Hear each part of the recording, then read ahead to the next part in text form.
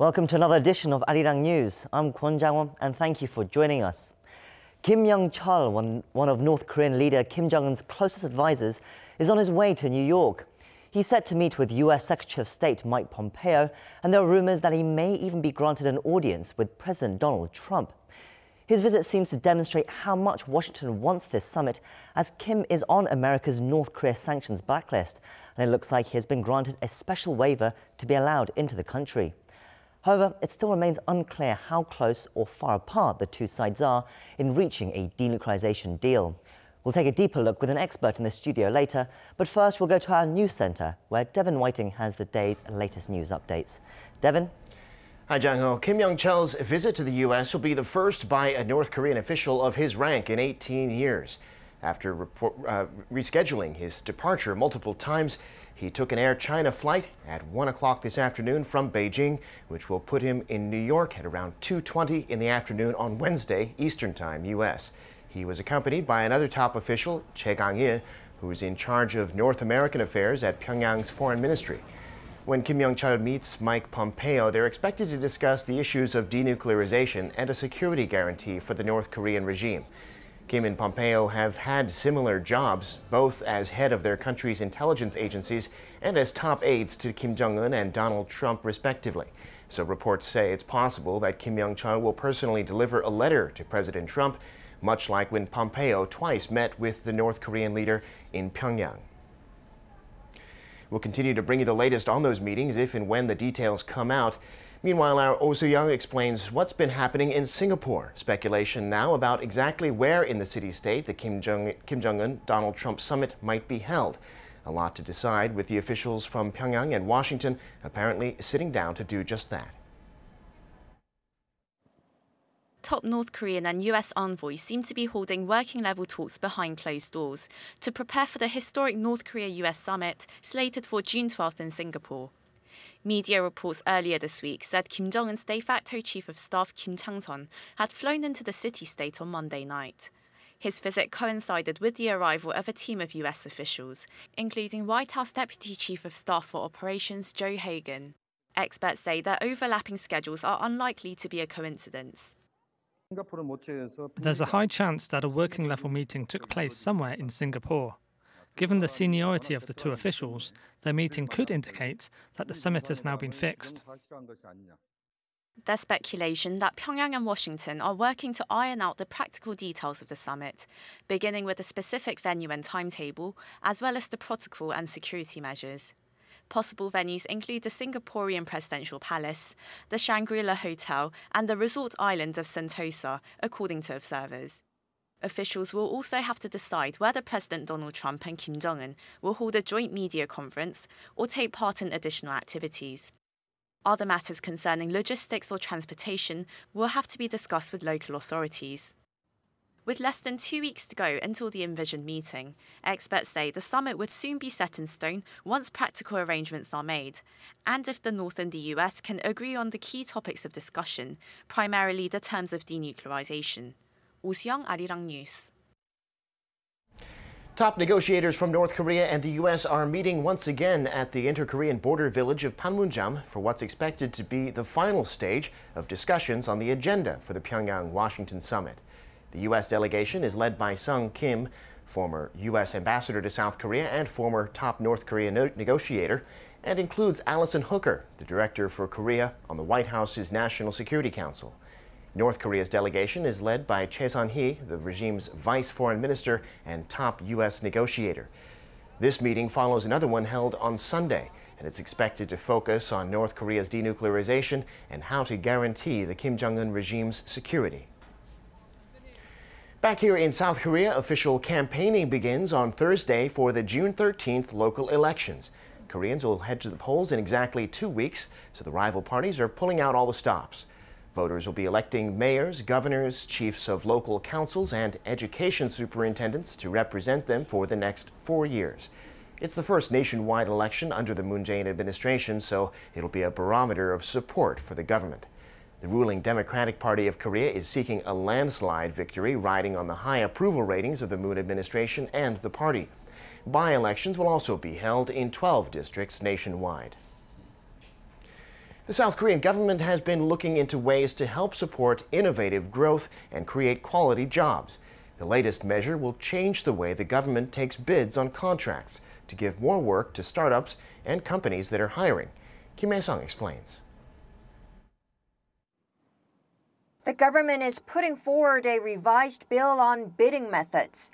The Finance Ministry says the revision to the national contract law includes a so-called competitive dialogue bidding system to help foster purchases of innovative goods and services. Under the system, bidders will directly communicate with the ordering body to identify the best way to satisfy their needs and to find the most qualified bidder. The government will also allow private contracts between R&D manufacturers and government institutions to help public purchases of innovative goods. To prevent purchases of low-cost, low-quality goods, the ministry says existing low-cost bidding contracts on goods below 210 million Korean won or $194,000 will be abolished. Instead, the government will apply competitive bidding methods for startups and venture companies on contracts below 100 million won or around $92,000. There will also be clearer standards on contract unit prices.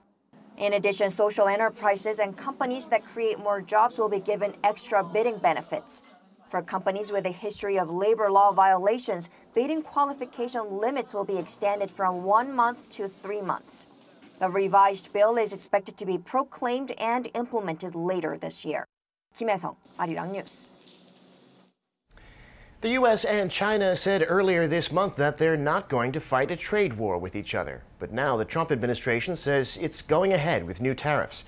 The final list is still pending, but it'll charge duties of 25% on $50 billion worth of goods containing industrial significant technology. Lee Seung-jae reports. After a second round of talks in Washington earlier this month, the U.S. and China issued a joint statement vowing not to launch a trade war against each other, as Beijing agreed to significantly increase its purchases of American goods and services to reduce its massive trade deficit with the U.S. The statement seemed to draw a line under the prolonged trade spat between the two economic powerhouses, but it seems the two are edging toward a new rift. This, after the U.S. decided on Tuesday that it will impose a hefty 25% tariff on $50 billion worth of Chinese goods containing industrially significant technology. The White House says the final list of covered imports will be announced by June 15th, and the tariffs will be imposed shortly thereafter. They added the products included on the list are related to the Made in China 2025 program, a 2015 initiative promoting China's information technology, robotics, aerospace, marine, rail, auto, power, agriculture, and biomedical industries. Responding to the White House statement, a representative for China's Ministry of Commerce said they were surprised, but at the same time, it was somewhat expected. The official added the move is against the consensus reached by the two sides in Washington, and he stressed China would defend its domestic economy if the U.S. pushes ahead with the plan. The trade tensions began with President Trump imposing tariffs on steel and aluminum imports into the U.S., with China striking back with additional tariffs on 128 U.S. products. How the global economy reacts remains to be seen, but analysts say the U.S. move bound to erode the sense of goodwill that was gradually rising between Washington and Beijing. Lee Seung-jae, Arirang News. I'm Devin Whiting, and those are your news headlines for this hour.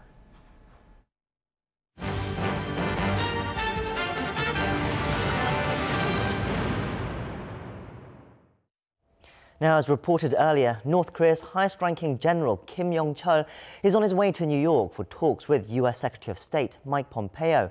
He's the most senior North Korean official to visit in almost 2 decades. Kim Yong-chol gives us more details on what to expect. The White House confirmed Tuesday that senior North Korean official Kim Yong-chol is set to meet with U.S. Secretary of State Mike Pompeo this week. This comes after President Trump tweeted that Kim, vice chairman of the North's Workers' Party, is heading to New York City. Seoul-based Yonhap News Agency says Pompeo and Kim will either meet for a day on Wednesday or for 2 days until Thursday. They are expected to discuss the issue of denuclearization and the security of the Kim Jong-un regime. Diplomatic sources say they will have an opportunity to reaffirm their determination for denuclearization and ensuring the security for Kim Jong-un's regime while working on the final coordinations before the leaders of the two countries meet face to face. Both Pompeo and Kim Yong-chol are close aides to Trump and Kim Jong-un respectively and have laid the groundwork for a North Korea-U.S. summit.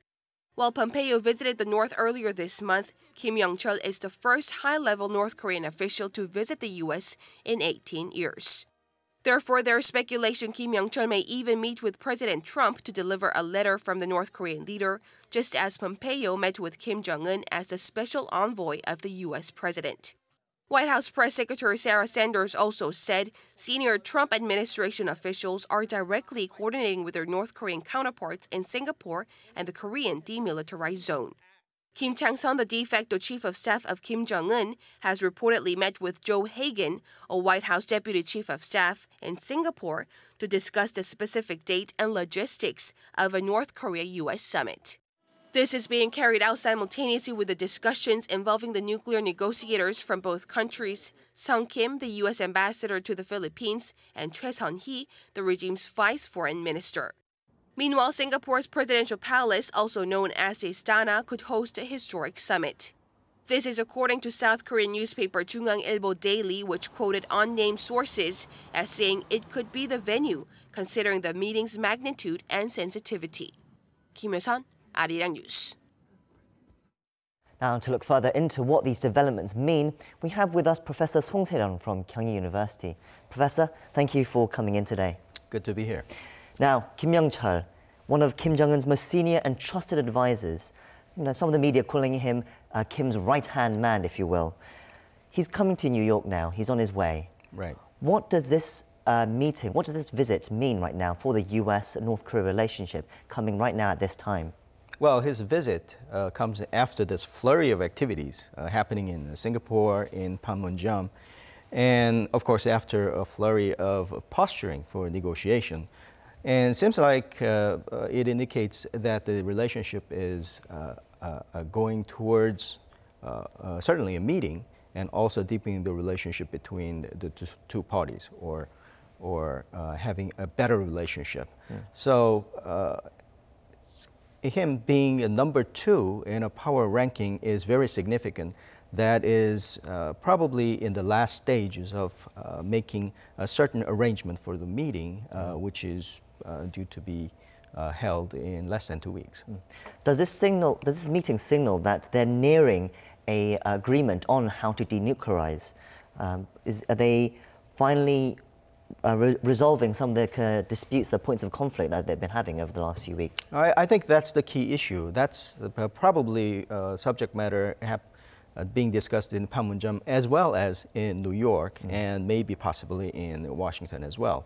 I think that the nuclearization, what it means and what kind of steps they will take, that has been the biggest question mark so far, and probably that was a cause for the posturing in the negotiation stage. Because of that, probably that will go on to be thorny issues or unresolved issues probably until the last. I mean, I don't think everybody can agree on certain set of measure right away because it's so complicated. I mean, as you said there's 2 meetings almost going on at the same time. The one in Panmunjom and this one that's coming up, it seems to be in New York, between Kim Yong-chol and Mike Pompeo. What is there left to talk about for Kim Yong-chol and Mike Pompeo when there's another talk coming on in Panmunjom? I mean, what are the 2 meetings talking about separately? Right. I think the level could be different. Probably in New York meeting, it's more of the high level and more abstract level, because at this point we cannot say that the posturing of 2 sides has completely been resolved. I think I would not be very surprised if there's a further kind of tensions easing and resolving, simply because that key issue of denuclearization has not been completely resolved. So I think that this visit to New York and possibly to Washington further strengthens the willingness of two parties to meet and negotiate over certain issues. But what that issue will be and what the outcome will be is probably still be negotiated. And I think that's significant because what we are talking about is the probably long-term peace and prosperity regime in East Asia. And it's not just about the relationship between North Korea and United States and also South Korea. It involves Japan, it involves China. So it is a package that involves everybody and affects everybody. So the details and the direction is something that needs to be talked about and examined by every party. So I think that it's having a two-level talks is at least a minimum.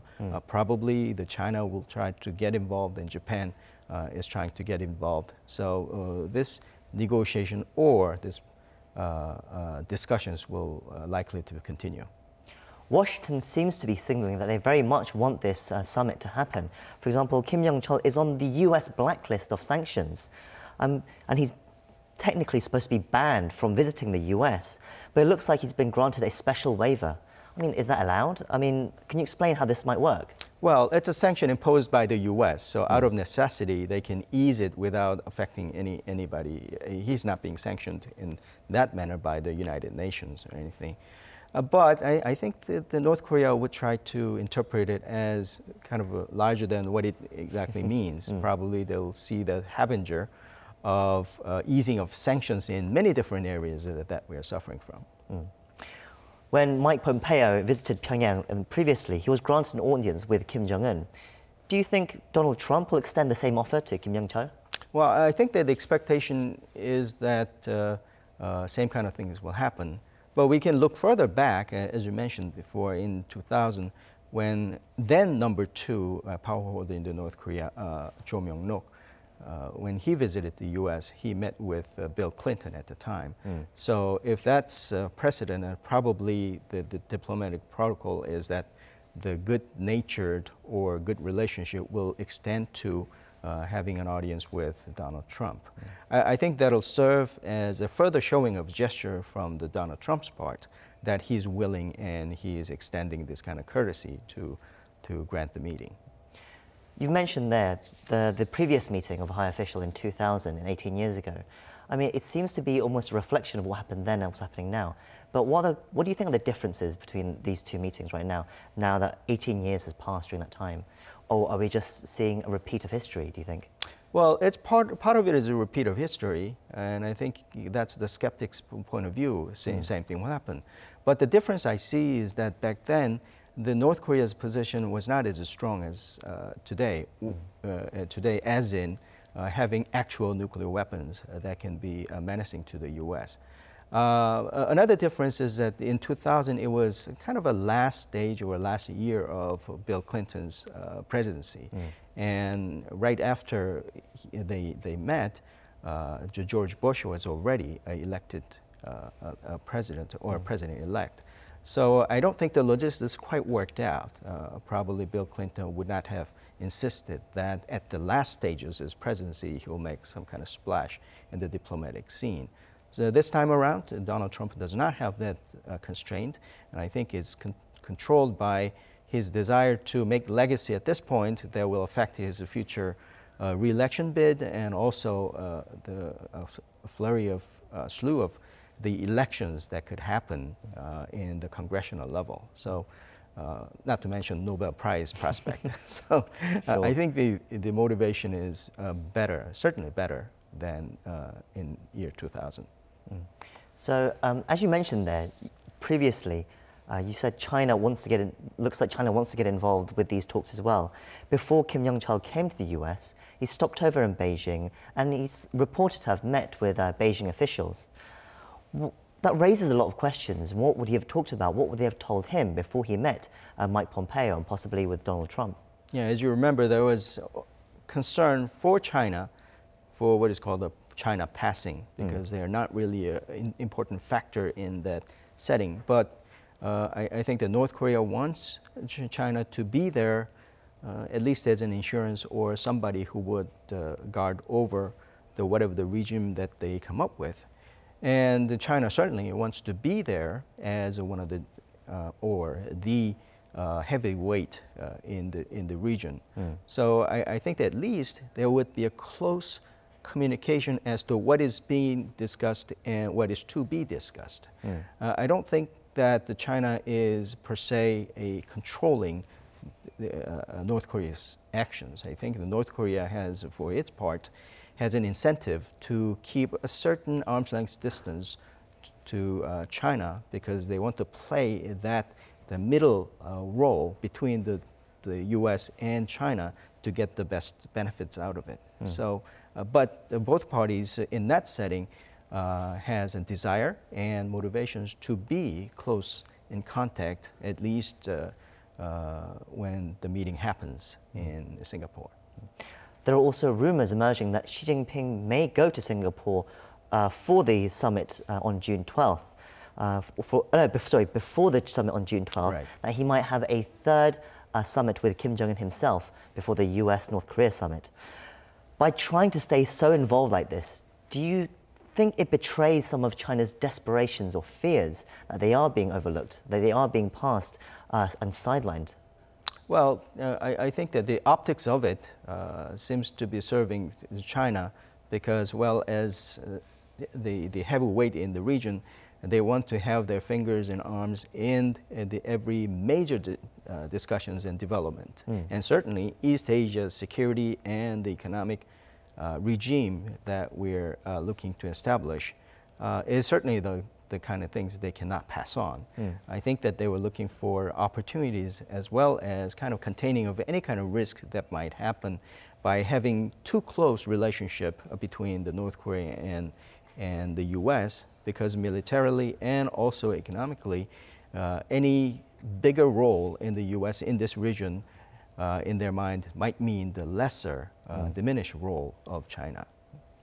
Let's go back to that working level talks that are happening in Panmunjom, as we mentioned earlier. They're carrying on for a third day right today. They're said to be going on. They're said to be going well, but it does seem to be going on a bit longer than what we might have expected. Do you think they are making progress, or do you think there are some bumps that they're not really revealing yet? Well, they have not revealed any big conflicts on that issue, so we're just keeping our fingers crossed. But the fact that there is a major visit from Kim Yong-chol to New York might indicate that has not hit any major bumps at this point. And also, as I mentioned before, I think this matter is very complex and very long perspective ridden one because it might establish something that will abide by for the decades to come. And this is a significant issue that is affecting not only the region but the whole world actually. And we have experienced the kind of nuclear threats that everybody was fearful of. So that complexity might drive the length of the meeting and how many times they meet. Probably I would expect that they would meet many more because they don't want to come to, I mean they as in Kim Jong-un and Donald Trump do not want to come to the meeting having any kind of uncertainties hanging over. They will not resolve any major issues at the time that they're sitting down across each other. They would want to have everything squared up and maybe the joint communique or the declarations are already ready when they come to the island. Go to that point, probably the discussion, a lot of discussion is necessary, and that's what's happening. There are another set of talks reportedly happening right now in Singapore. They seems to be about sorting out the logistical details between North Korea and US and possibly with Singapore as well. Well, what do you think are the main points of discussion that are happening in Singapore right now? Probably because they're meeting in another country, not in the US or North Korea. The security probably and the logistics would be an important issue. The selection was seemingly, they have not announced the final selection, but the Sentosa Island is becoming a major candidate because the access to that island can be easily controlled, and it has just one bridge that can be blocked off. So in that sense, the venue, preparation of venue, and how the logistics and security would be handled, I think that would be the key issue, and I think it's making a pretty good progress at this point. Well, that's all we have time for. Thank you for your time again, as usual, Professor, and hope to see you again next time. My pleasure. Thank you. That concludes our show for today. I'll be back tomorrow with more in-depth reviews of the day's main stories. Thank you for watching and hope you can join us again next time. Goodbye.